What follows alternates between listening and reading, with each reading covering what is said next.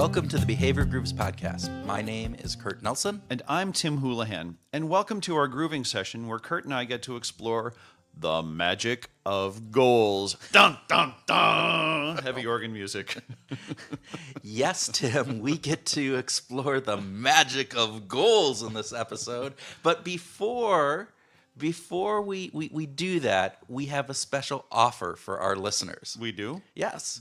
Would you like to be a guest featured on a future Behavioral Grooves podcast where you get to ask Tim or myself 3 questions?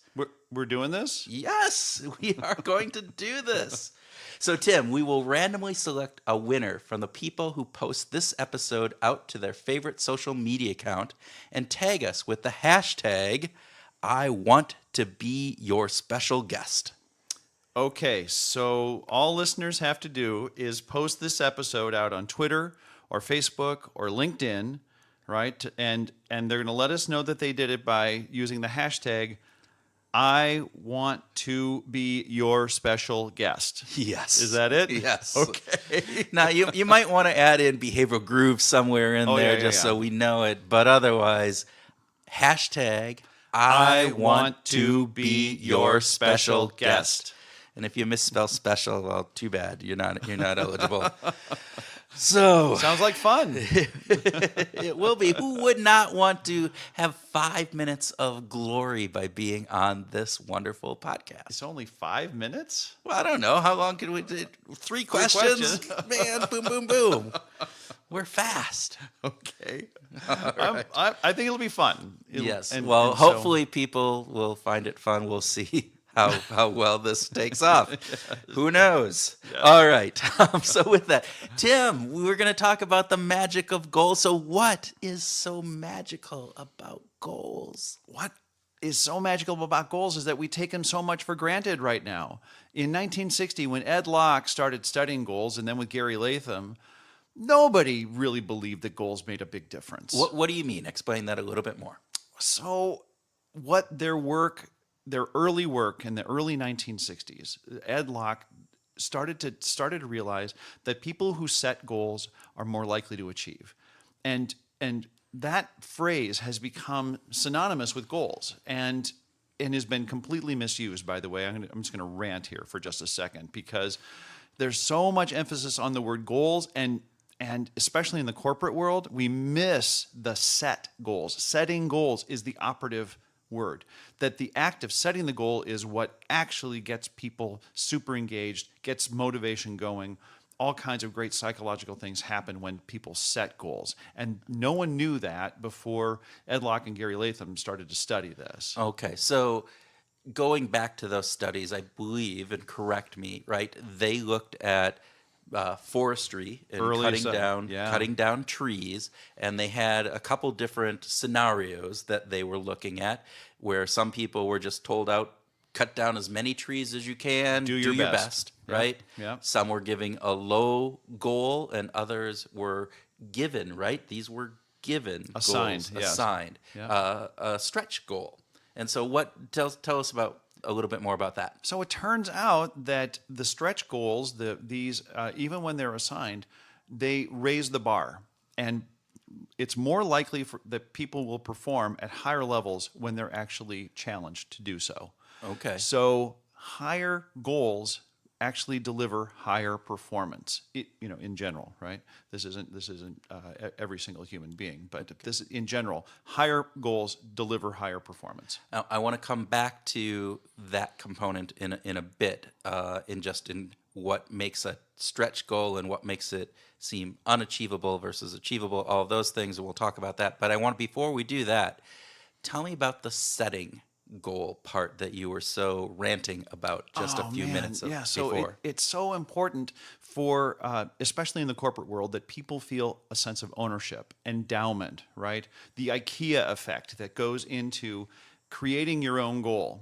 And that happens so rarely. Most of the time, goals are fashioned in the forges on Mount Olympus and handed out like Mardi Gras beads, Mm-hmm. I mean, they're just, goals are so unidirectional these days that we've really lost the idea that the people who are doing the work have a powerful impact on well, they get the work done. So asking them to set a goal, to be participative in the setting of the goal, is much more.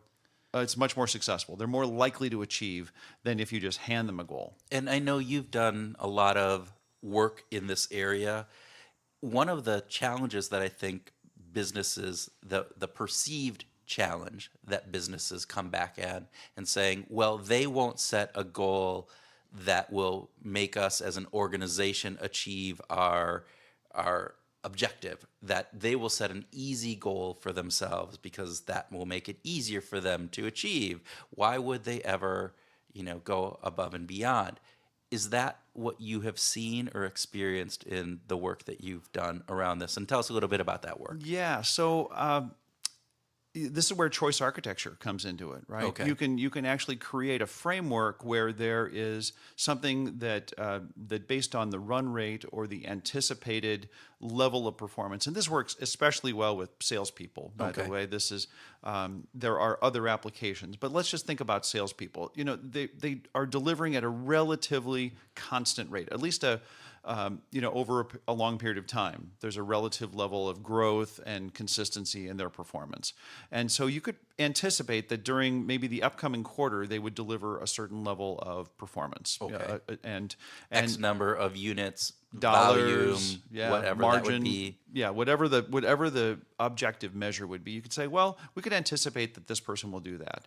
And then you could use choice architecture to provide 3 levels above that run rate to say if you could, and those are self-selected. Those are completely self-selected. And in a model that was that I've worked with in the past under a patented product called GoalQuest, those levels are all or nothing. So if you select, if I'm the sales rep and I select the least aggressive level, but I perform at a higher level, I still only get paid out at the lowest level.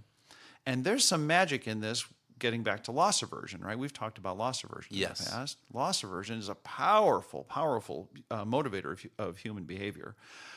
Consequently, if you were to select the most aggressive goal and you perform just beneath it and you didn't quite achieve it, then you get nothing. So let me see if I understand this. You have a run rate and you have above that, and then you have 3 goals that people can choose from. Let's just say, all right, my run rate is 10. So the first level might be 12, selling 12. Mm-hmm. The next level, would it be 14 or would it be 15 potentially? And then maybe 18 on the other one? Or would it be 12, 14, 16? Whatever is reasonable and perceived as achievable for that situation. Okay. And so then with that, if I was to go and select level 3, of course I'm going to be able to get 16 units, right? Mm-hmm. But I come in at 15, I don't revert back down to the level 2 payout. No, I get nothing. You get nothing. Same thing if I was at 15, but I had selected 1, which was 12, I don't get paid out at level 2. I just get paid out at level 1. Is that correct? That's exactly right. Okay. A few years ago, Dan Ariely and I worked on studying this with a large U.S.-based telco. Okay. And what we found is that the people who and so we set up a matrix where there was a control group that had the 3 levels that were simply that were available to them above their run rate, and those 3 levels could, whatever they achieved is whatever they got. Okay. And then the test group saw the 3 levels. They had to select and commit to that level with this all or nothing factor. Okay. And found that the people that committed to the all or nothing performed at almost 47% higher rate than those who simply earned at whatever level. Wow. So this aspect of setting the goal is powerful juju. It's really, really powerful stuff. Okay.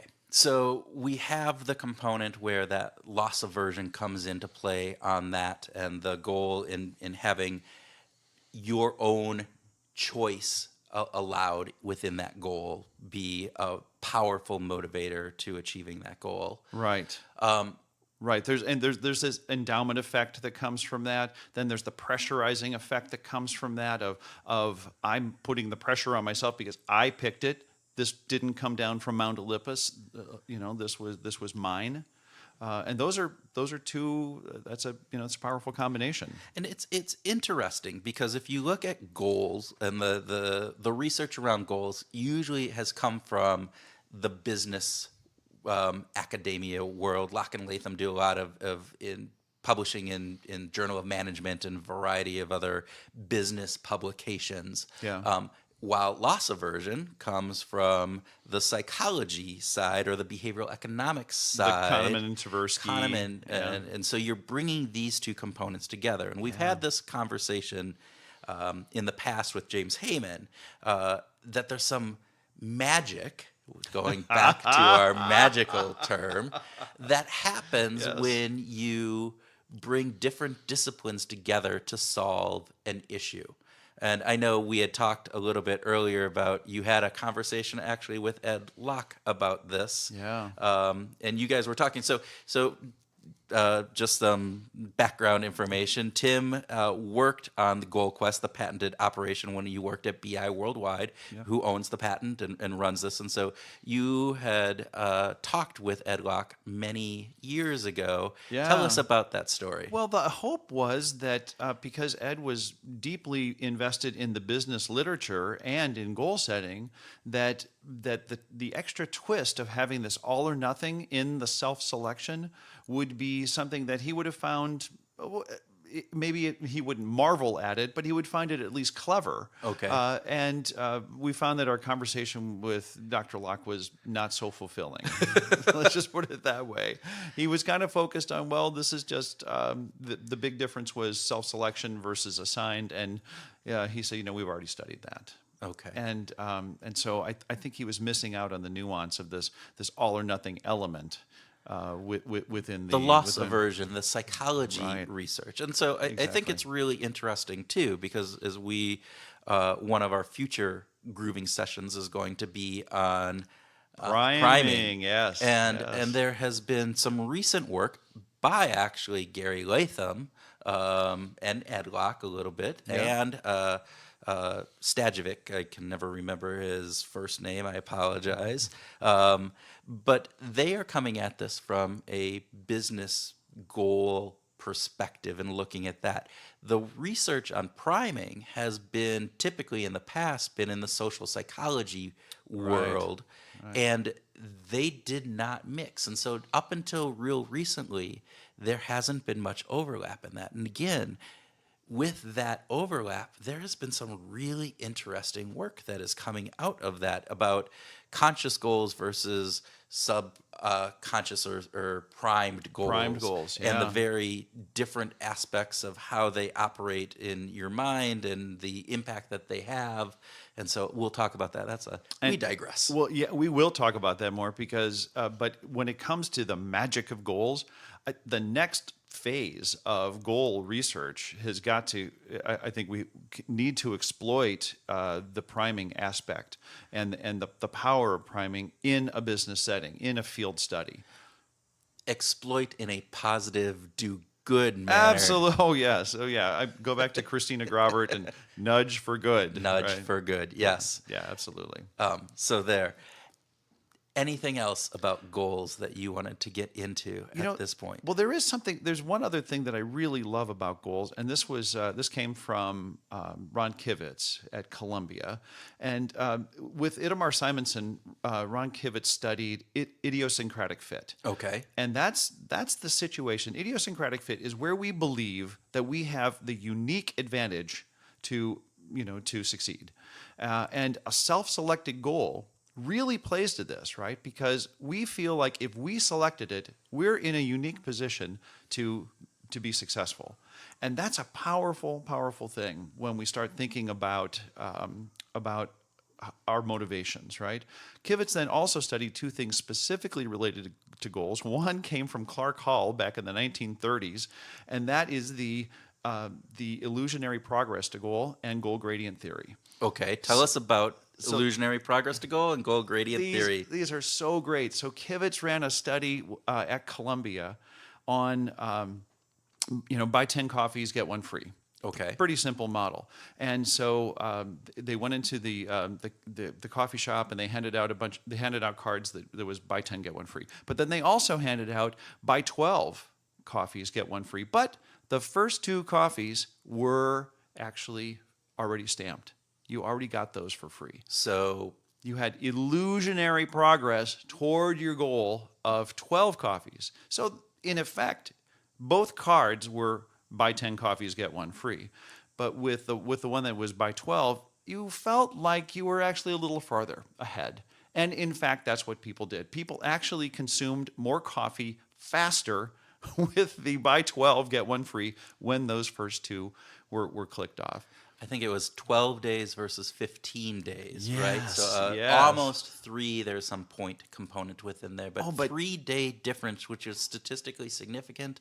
Dramatic. Yes. Just absolutely dramatic. So the people that had a 12 punch card with 2 already punched completed that card in 12 point some days versus the people who just had the 10.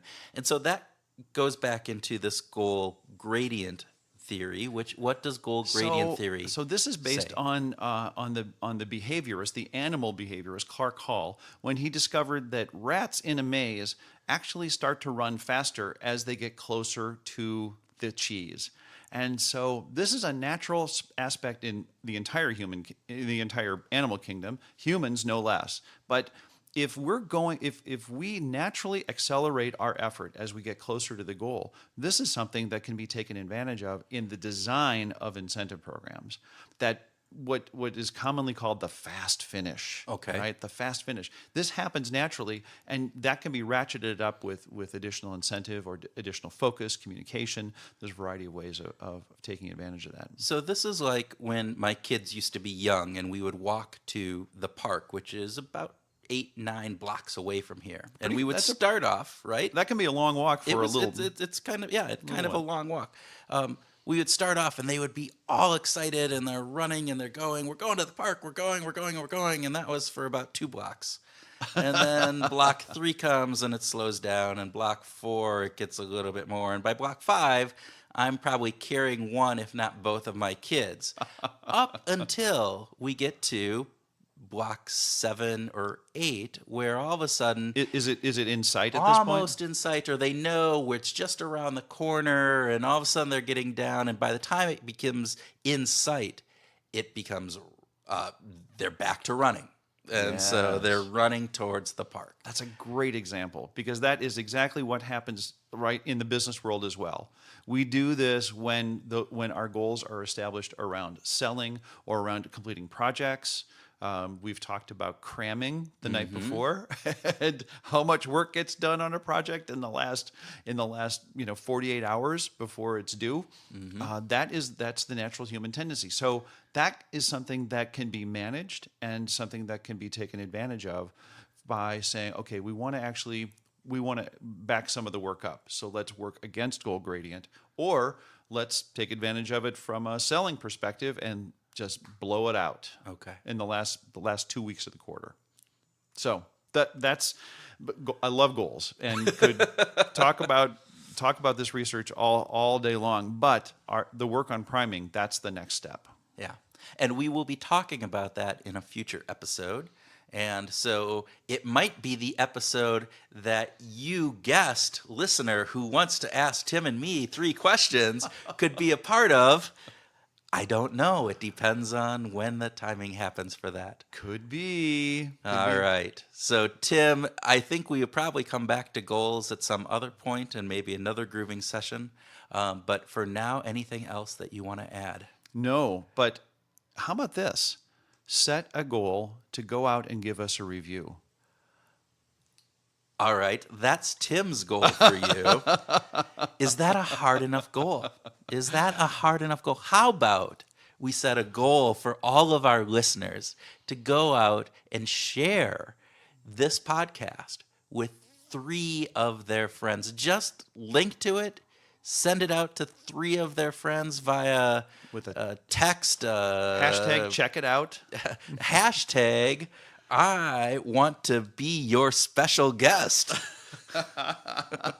If it's on a social media platform, that is, because that way you're entered into That's right. our wonderful contest. Of course, this also feels like it's coming down from Mount Olympus, and it's not going to be self-selected. But we ask that you self-select this as your goal. So thank you. Thanks for listening. Check us out. Share it with your friends. Grab it from your favorite podcatcher, streaming on Spotify these days. 74 countries. What else? I don't know, Kurt. I don't know. With that, I hope you make all of your goals come true.